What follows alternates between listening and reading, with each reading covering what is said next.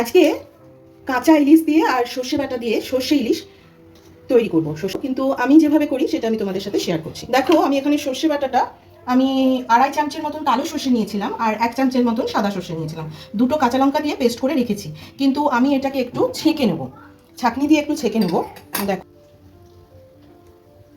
ছেঁকে নিলে যাদের গ্যাস অম্বলের প্রবলেম আছে সেটা অনেকটা কমে যায়। একদম যে হয় না তা না, হয়, তবে অনেকটা কম হয়।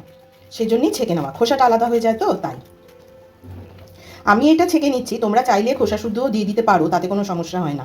আর সর্ষেটা আমি যেটা করি, হয়তো অনেকেই করো, সর্ষেটা পেস্ট করার সময় আগে একটু শুকনো গুঁড়িয়ে নেবে, একদম শুকনো, একটু নুন দিয়ে শুকনো গুঁড়িয়ে নেবে, নিয়ে তারপরে তোমার জল, তার মধ্যে কাঁচা লঙ্কা যদি দাও, অনেকে কাঁচা লঙ্কা সর্ষের মধ্যে দেয় না, চিড়েই দেয়, অনেকে তো একদম কম ঝাল খায়। তো দেখো, ইলিশটাকে আমি এবার, ইলিশ মাছটা খুব বেশি বড় না, ছোটো ইলিশ। তো এই দেখো, একটু হলুদ দিয়ে তো মাখিয়ে আমি ফ্রিজে রাখি, আমি আগেও বলেছি। আর একটু হলুদ দিলাম, আর দিলাম একটু নুন। এই দেখো, একটু নুন দিয়ে দিচ্ছি অল্প করে, দিয়ে এর মধ্যে দেবো এবার একটু কাশ্মীরি লঙ্কার গুঁড়ো, এতটা দিলাম। আর দিয়ে দিচ্ছি একটু সর্ষের তেল।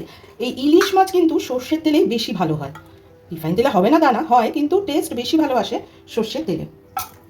আর কাঁচা লঙ্কা দেবো, কিন্তু সেটা কড়াইতেই দেবো।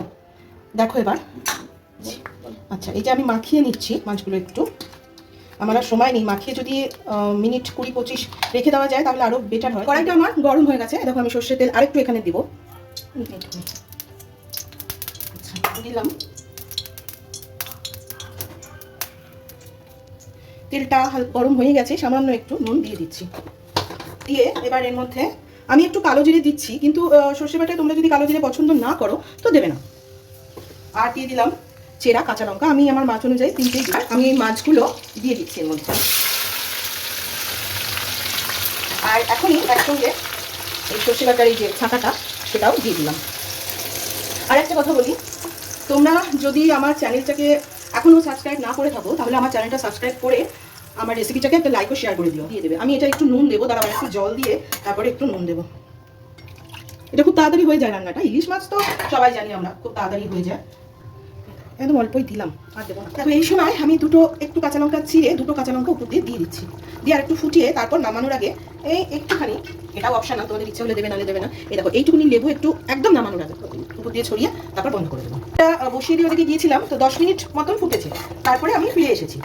ফিরে এসে এই যে অবস্থায় রয়েছে ঝালটা, আর একটুখানি লঙ্কা দুটো দিলাম, তো আর একটুখানি ইয়ে করবো।